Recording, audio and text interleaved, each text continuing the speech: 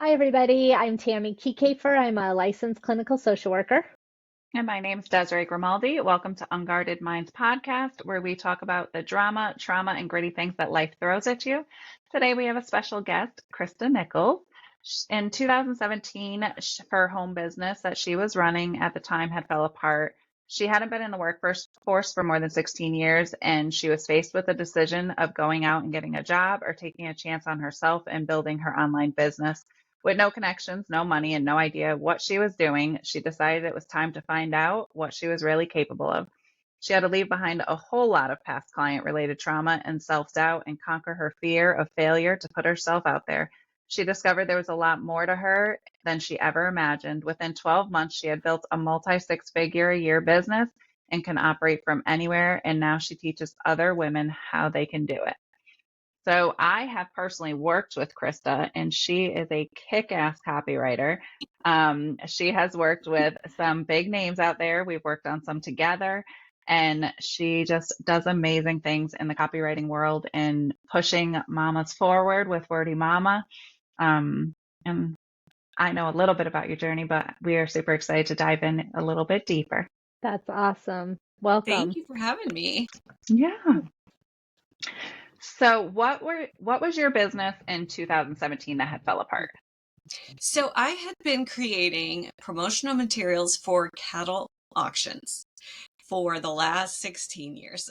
I had started out working with another woman who eventually left that business. We built the business together. She ran for public office, was elected, and left that business with me. So it wasn't something that I ever planned on doing. It was just kind of handed to me, and I just kind of picked up the torch. And at the time, I had small kids, not in 2017, but when we first started, I didn't have the brain power to think of what kind of a business I wanted to start. So I just kind of took the one that was there and just never created any other kind of a plan. I just kept it going and didn't really have dreams for my career. I didn't really have aspirations to do something bigger. It really took a major breakdown to actually push me forward and get me to step out and take different action. Yeah. I Wow. completely understand that. So in 2017, is that when you started the copywriting business? So in 2017, I was at home, worked from home. I got a phone call from the office manager for the big client that I worked for. I had a few other little clients, but this particular one was 80% of our family's income. And in that one phone call, she let me know that the company was closing down. They were retiring effective immediately. And she knew that they weren't really planning on telling me. And she felt sorry for me. So she was calling to let me know basically that my business was no longer viable. Now, I had just retired my husband to work with me inside this business within the last year, and we had just filed the paperwork to homeschool our kids that fall. So it could not have been worse timing. Like, it was so bad. So I had to figure something out. I had to make the decision between, do I go out and try to get a job? Like, I have a degree in journalism. There's not a whole lot of call for that in rural Iowa, and it does not pay well at all. Small town newspapers just, they can't afford it. They don't have the budget. So that would mean commuting. And that would mean much longer time away from my family, since the biggest city nearby anywhere, and it's not even a big city, is Des Moines. It's over an hour. And I'd be starting from the bottom because basically I had not worked outside the home since college. So that just sounded like a horrible idea. And so I thought, okay, I've been doing this from home. I've figured out a way to make money from home this whole time. I think I can keep doing it. I'll just figure something else out. Maybe I can grow this same services with different clients. Maybe I'll just learn how to promote this business that I have on social media. So I started learning about social media and how to use it to promote yourself. And I discovered that there were actually a lot more options out there for me than I thought. I realized for the first time that I didn't have to keep a business that I didn't love going. So I actually closed that business down. My husband kind of took over, the few clients that we had, and I completely stepped out of that business for good and decided to figure out what I liked doing. What did I love to do? What could I do that I was good at, that people would pay for, that was fun, and that helped people, because that was important to me too. And in about 2018, towards the end of 2018, I knew that it was going to be sales copywriting for me. So I kind of tried all kinds of different online services in the marketing industry. So 2019, January 1st, I launched my sales copywriting business, and I made $250,000 that year. It was crazy. That's Like, I awesome. was as surprised as anybody, honestly. I don't know I why. can't You are imagine that. brilliant. So much, just everything was so new. Like, I had no frame of reference for, gosh, could I even make six figures? I didn't know. I feel like it was good that I didn't really know. I just took just did it. action.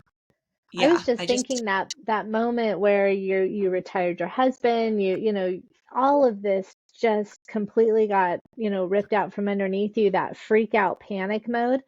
oh I was yeah, just curious, like, how long did it take you to just start activating that creative brain where you're like, okay, here's my deal. Like, what am I going to right. do? Yeah. Well, we didn't have a whole lot of time to work with, really, since that was Uh-huh. 80% of our income, and I had to figure something out. But I won't lie, like, the first 6 months was tough because I hmm battled with some depression, hmm having something yanked out from under me, not really knowing what I was going to do, or almost even who I was. This whole time I'd been this Sure. graphic designer and, creating publications, and now I had to figure out something else to be. And I offered all kinds of different services. Like I said, I just tried the whole buffet. Social media management, funnel building, Facebook. I did all of it, and I burned out really bad. So, I Mm, mean, basically I failed a lot before I actually figured it out. yeah. And today, being in the place where I am with an established business that I love, I think about it a lot. And I'm like, today I would not be so brave to jump in and make big changes. But then what other option did I have? It was hmm sink or swim. And I was like, well, I'm going to swim. hmm I'm going to swim. Yeah. Yeah. And you're a rock star, but Jeremy is also a rock star. And so having his support behind you, I can only imagine just made it a little bit easier because the amount of faith and belief that he has in you is unbelievable. It's really It awesome Oh, to really see. is. Honestly, he's like the hero of the story, because when I was in total burnout mode, I was working, and I hate saying this, but it's true, 80 to 100 hours a week, basically from the time I opened my eyes until I fell asleep at my laptop. And I did that for 4, 5, 6 months. And he was just kind of watching me try so hard. And I was trying not to let it show, like, how miserable I was. But I didn't love most of the services I was offering. I was exhausted. And one day he found me crying on the floor in our bedroom. And he knew, like, I was trying to hide it, but he knew how burned out I was. And he just kind of literally picked me up, sat me on his lap on the edge of the bed. And he said, "You have to stop. mm, This isn't why we decided to have an online business. We wanted to spend more time together as a family, but we never see you. Like, you're here, but you're not here. So I totally believe in you. I know we can figure this out, but this is not it. Like, not like this. mm, You have to say no and stop doing most of the things that you're doing." And so he got me to agree that I would only keep offering the services that I enjoyed. And mm. for me, that was sales copywriting and Facebook ads. I enjoyed Facebook ads. And then eventually I got so busy with copy clients that I phased out of that too. But he was like, "I don't care if you fail. It's fine. You can go out, try something, and if it fails, no big deal. We'll do whatever it takes. If I got to go out and get another job, whatever, we'll figure it out. But let's figure it out. Let's not just keep spinning, you're killing yourself here." Yeah. And I would not have given myself that permission. I just am not. I Hmm. am a loyal soldier. I will just keep going, and I will just keep trying. He has this way of seeing behind that loyal soldier and being like, "Okay, this is not what's best for you," and then helping pick me up out of it and focus me in the right directions. So yeah, like, literally saving the day. So when COVID and everything hit, I mean, we communicated a lot during that time, but I mean, when COVID and everything hit, was that a trigger for you of like, oh shit, things might get ripped again? Or, I mean, it ended up being like the best year in business for online businesses. But I think that Mhm. initial, when they were like, everything's shutting down, we were all like, what is this going to do to my business? Yeah. Right? Yeah. I mean, there was a little bit of, I wonder how this is going to work. I wonder how this is going to go. But I think pretty quickly you could see that because they had no choice, businesses were pivoting. Businesses were thinking up different ways to do things. And I think in a way, although no one would ever want to relive that time, and I hope we never experience anything like that again, but COVID accelerated the work from home online like decades Yeah. And because it, digital marketing in general. You mhm, had all these mom and pops that they didn't even have a website. And then they were like, how are people right? going to know we exist? Right, right. And some of the biggest shifts, even within the digital marketing world, happened with remote, virtual challenges and online events that just really weren't done. It was, in person was the thing, but when you Mhm. can't, the early adopters of that really are the ones that succeeded. For me personally, I actually kind of loved it. I'm a homebody and I was like, no events, no church, no kids sports. We're just gonna stay home and be together all the time. And my kids were probably like, "Oh my gosh, why?" But I thought it was great. Like I still kind of miss the low key, non busy lockdown days. We could have a little bit more of that without the whole illness thing. COVID But part, right? honestly, my homebody self was like, "Yeah, Yeah. let's just I never introvert." thought that I would, as a counselor, that I would ever work from home and do remote therapy. So, working for when you work for yourself, it's not like, oh, I just do a 40-hour work week and I'm done. It's like when you work for yourself, you are on all the time. But in the office, I'd go in and people would come in and then that was it. Like I would have to get in my car and go home because no one wants to see me at 10 o'clock at night. And so yeah, when COVID happened, it was like, well, I'm available. Well, I'm still available, and so I think that's where those boundaries that you were talking about, just working constantly in these 80 to 100-hour work weeks. I mean, I think that there's those time boundaries and it's a lot to, I don't know. It's hard to say no. It's hard to say shut it down.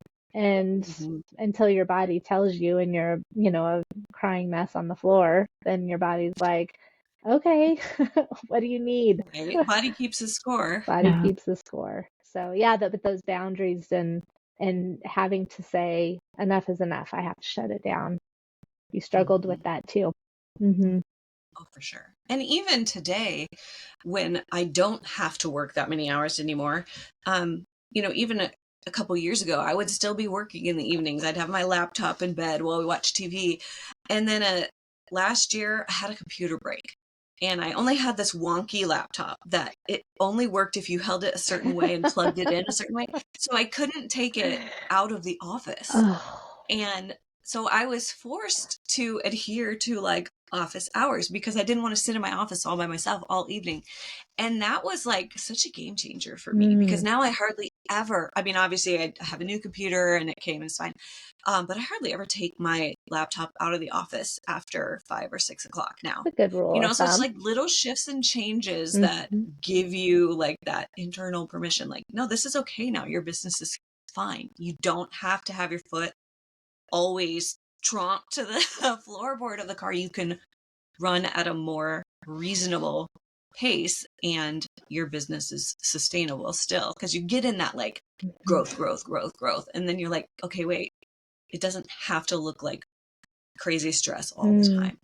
Yeah, I'm surprised Is it Jeremy ever in didn't the make something to like lock your laptop onto your desk. I'm sure he's been tempted before. I'm sure he's been tempted. Is it in the back of your mind? Yeah, but what if? Because you went through it before, how do you manage those what ifs? you know, going through a business breakdown and then having to reinvent yourself, that's probably the more valuable lesson that I learned, was that I wasn't stepping out. I wasn't being brave enough. And if I could do it once and I had to reinvent myself and figure it out, then it raises that threshold for the next time. So, my business hasn't been perfect. There have been up and down times. There have been times where I struggled with lead flow. There have been times where client had a nightmare client. But having that baseline of belief in what I can do and what can be accomplished, and just knowing, like, I'm a Christian, so seeing the way that God takes care of me and my family, it's like I can worry and stress myself out, or I can just know that it's all going to work out in the end. And if I'm paying attention to the lessons I need to learn along the way, it's going to go a lot smoother and be a lot less stressful. And that's hard earned. That's hard earned right there. But yeah, what ifs are hard, but it's not going to be helpful. It's only going to pull focus from what can be helpful for you. I'm definitely not perfect at it, but I've learned to trust in the process, even when I can't see what the outcome is going to be. I know that was something big in our community, was like, if something did get ripped from under us, it was always something bigger, something better is coming. There was a reason that no longer was taking our attention. And that was something that we had supported each other with a lot when things like that happened. But yeah. Right. Trust the process. Yes. Well, because you can't control everything. So you have to at some point go, whatever the hell is going to happen is going to happen. Right. And sometimes I think, I can imagine the best outcome, but that's just my brain. And I don't know everything. I don't even know what I'm going to eat for lunch tomorrow, so thinking, how can I say that I know better? I really don't. Things could be revealed 3 weeks down the line where I'm just like, I am so glad I didn't end up working with that client. Even though I really, really, really wanted to, I can see now it would have been a disaster, and so I kind of tend to hold things loosely in that way too, because I don't know everything. And so, yeah, I just don't want to get to a point where I was before, where everything was in one basket and then it's gone and I don't know what to do about it. Like that was just, ugh. I didn't. Well, it was an important you're lesson. really good too about, even if you take that opportunity, you're really good about knowing when it's time to leave that opportunity. Because like you were working on a big project and you knew that it was preventing you from doing other big things. So you knew your boundary, you knew it was time for a change, and you removed yourself from it. I mean, respectfully and all the things, and you adore them, but you knew it was time and it was inhibiting your ultimate goal. So I admire that too. Yeah, those are really tough calls to make. I really like helping people and I love helping inside other people's businesses. But if I'm going to help the people that I personally am called to help, the mamas out there who are looking for options to be able to pay their grocery bill, then I have to give my business the time and respect that it deserves too. It's not easy for a people pleaser like me. Like, I want to be a helper, but it was time for me to be a helper for my people. Yeah, it's not easy. I stay longer than I should almost every single time. So speaking of, you started Wordy Mama. And so you do your client work as a copywriter, but then you have started this program to help excel others. Your students are amazing. I have had the pleasure of Okay, bye. Sorry, it's a puppy. Pardon me. I have had the pleasure of working with one of your students who did some copywriting for me, which she was amazing. So do you want to talk a little bit about Wordy Mama and what your mission is there and who you help and what they learn? And yeah, so I was that woman. So I was always kind of like the word nerd, they called me. And I just embraced it when I became a sales copywriter, and I learned how to leverage those skills to generate income in a way that worked for my family. And so when my business took off and really started growing, I so much wanted to keep growing, but I only had so many hours in the day. And I knew that I was going to need to train writers to be able to get the results that I get. And if I was going to create trainings, then I wanted them to be available to anybody who wanted them. I wanted them to be available to 2017 Christa, the mom who is just looking for some other option besides a crappy 9-to-5 or a pyramid scheme, to be able to utilize talents that she has to generate income for her family. And so it really is my passion project, is working with moms who are like, I've always loved to write, but I have no idea what to do with it. Like, is this really a thing? Can I generate a full-time income? And so I teach them how to build their business, how to structure their visibility, their lead flow, their sales calls, their client project management, and all of that. And then in my higher level program, I teach them direct response, the highly technical skills of conversion writing for sales. So it's a lot of fun. I get more excited about their wins than I do my own, because I know what it feels like. I know what it feels like to be that mama. And I just can't believe I get to do this. Awesome. So what are you thinking of what are your, I know you always have like a little dream list or like your next ambition.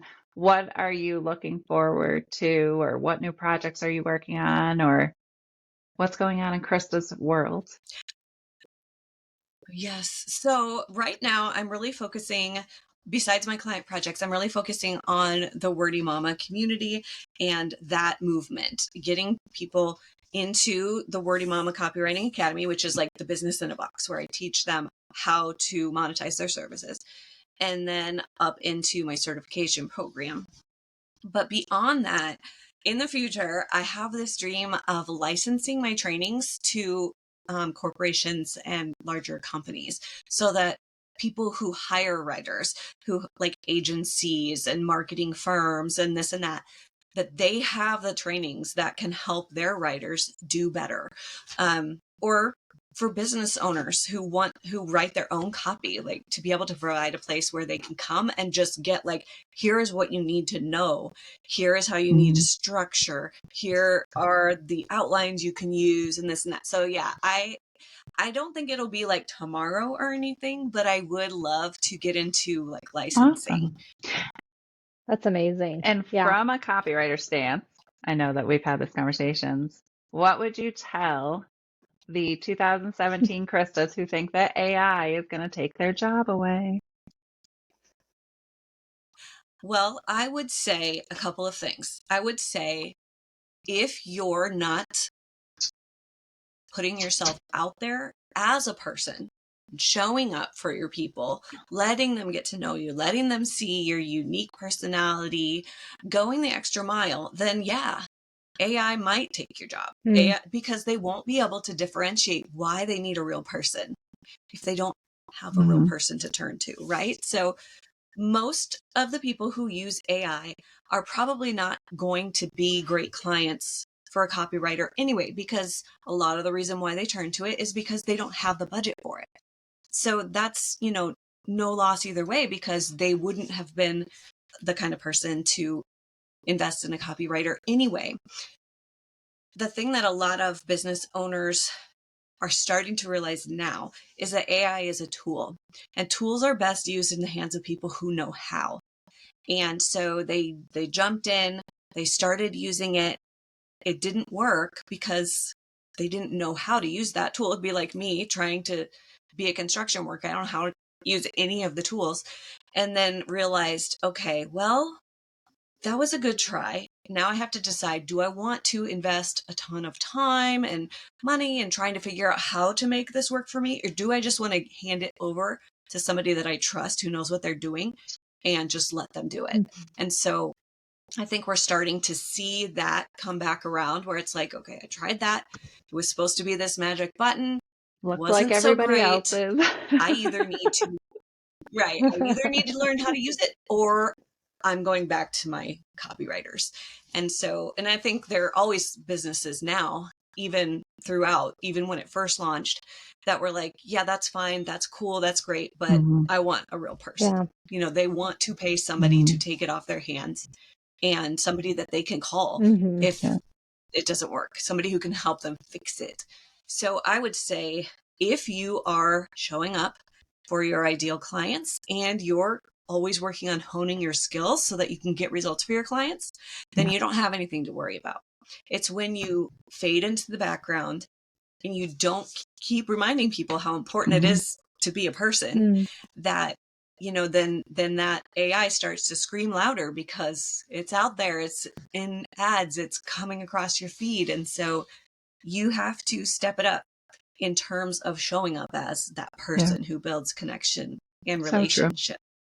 A word that keeps popping into my head is confidence. And you've talked about so many different areas where, you're probably working with mamas who are lacking that confidence. Over time, they've second guessed themselves. And then I was thinking of it again when AI comes in and, you can type something into ChatGPT and it comes up with this beautiful, and you're like, I couldn't have come up with that. Like, I need AI because I can't. So I'm just wondering, do you see that as well? Are you like, you're just working with people and building their confidence in themselves that they can show up, it sounds like. So I just wanted to get your take on that. Yeah. So one of the first things, I have a free challenge. And one of the first things we talk about before we talk about writing at all is limiting beliefs. And the idea that if you can't identify them and root them out, they will be the death of your business. Like, it really will. And so the first thing I teach them is how to identify their limiting beliefs and then how to move them on out. And then I tell them that it's hard to believe in yourself at first, and that's okay, because now they have somebody, me, and a community of other women who believe in them. So I had somebody early on when I first started doing this whole crazy thing who literally said to me, I know you don't believe in yourself right now, Christa, but I do. I believe in what you can accomplish. So until you can believe in yourself, borrow my belief. And I just am so honored to be able to do that same thing for my wordy mamas now. I literally say that to them. And I'm like, and it's okay if you can't believe that this could be possible for you right now, because I do. I believe it. And you can borrow my belief until yours grows. Yeah. Because it's the basis of everything. I mean, how are you going to invest in yourself? How are you going to just be there for the creativity? I mean, you're talking about wordsmithing, businesses and just, so the creativity gets stomped on when your confidence is low. Yeah. Right. And the way you show up on calls with clients, the way you talk about what you do, it's all connected. We have another friend, mutual friend of ours, and she does a lot on visibility. And she said something, so we're all in a Telegram group together, but she had said something a few weeks ago, and it was somebody was noticing the shift in businesses slow, like their profit margins, whatever, was slowing down. But she had said to us, she said, if all you're doing is hanging out with or listening to people whose businesses are kind of going downhill, then of course that's all you're going to see.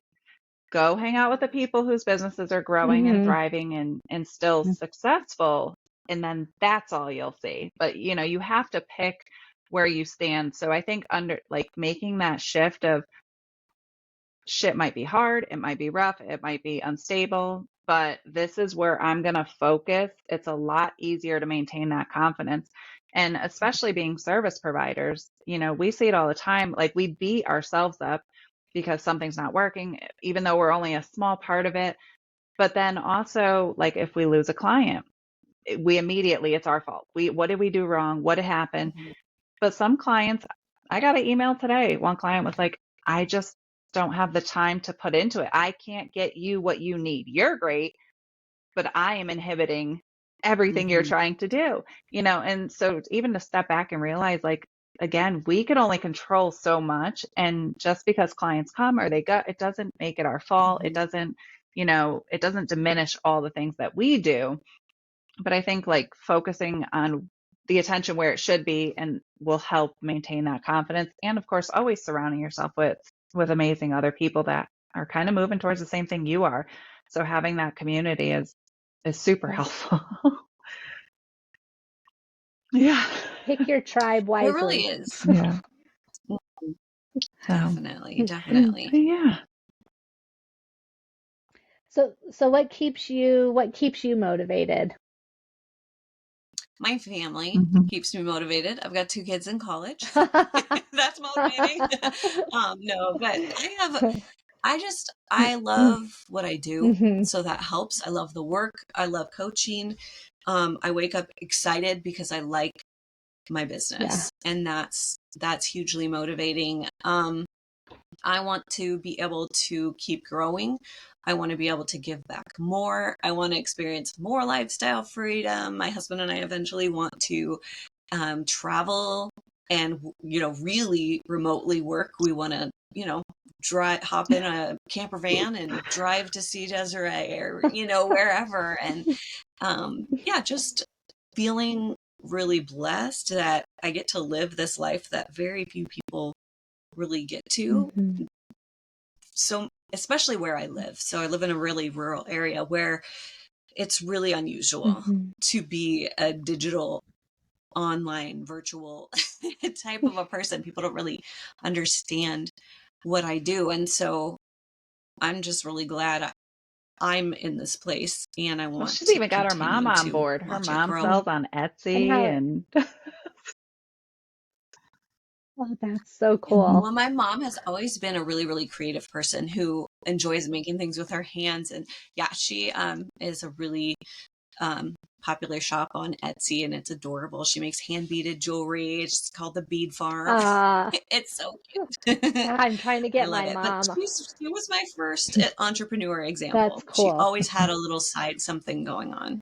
I need to get my mom on Etsy. She's got so many creative things, and then I get them in the mail by the boxfuls, and I'm like, hey, Yeah. they're amazing things that she puts together. So yeah, we need to talk with you about how to get her on Etsy. So yeah, and so you're motivated by, everything that you're getting out of your business, but your story has got to be so inspiring for the people who you work with, because you're like, I've been there. I get that, and so that's super inspiring. I'm seeing a lot of trend away from the guru model. So there are a lot of people who, make multi-millions every year. And for my ideal client, that doesn't resonate with them. They have a minivan and they The they normal have 4 person. kids. They're not going to be driving a Lambo and sitting next to the pool sipping Mai Tais anytime soon. They just want to see somebody they could relate to who can tell them how to do it. And I get that all the time. I started following you because you live on a farm, or I started following you because I saw a video with your goats. It's not, I started following you because you dress fancy and live in a really fancy neighborhood. So yeah, I think having somebody relatable we need to more them Franck series. is really important. Agreed. And that's I know Franck is, He's and her now it's goat, spring, but so he we thinks can he's one of the totally dogs. get ourselves He out there goes and up not to the freeze in the door. He wants to go in the house. He is penned now, but those were the days. Yeah, when Franck would watch us Franck. creepily through the French door. We'd look out. We'd be like, "Do you feel?" And then we'd look over, and he'd be funny and yet Little rather spooky. disturbing. Well, you've Yeah, gotten just wanted to come you've in hey, expanded here I a am. lot with your I'm sure you want me animals. to come I in. mean, so Franck, and then you have Yeah. Pamela Anderson. Oh, bad news. Oh. Pamela did not make it through the winter. She was the best. Oh. She was a 150-pound pot-bellied pig who just lived her best She would life. sunbathe under the tree. She was old. She was elderly. Aww. But yes, it was very fun. Yeah. And walk, when your legs are so short and your belly is so big. She would just kind of wander through the Oh, But yeah, we do So do you have 4 any pigs goats, left? and they're all very No. unique. They were. No, but their names were the Mhm. best. I am the best at naming pigs. Chunk Norris and Hamela Anderson.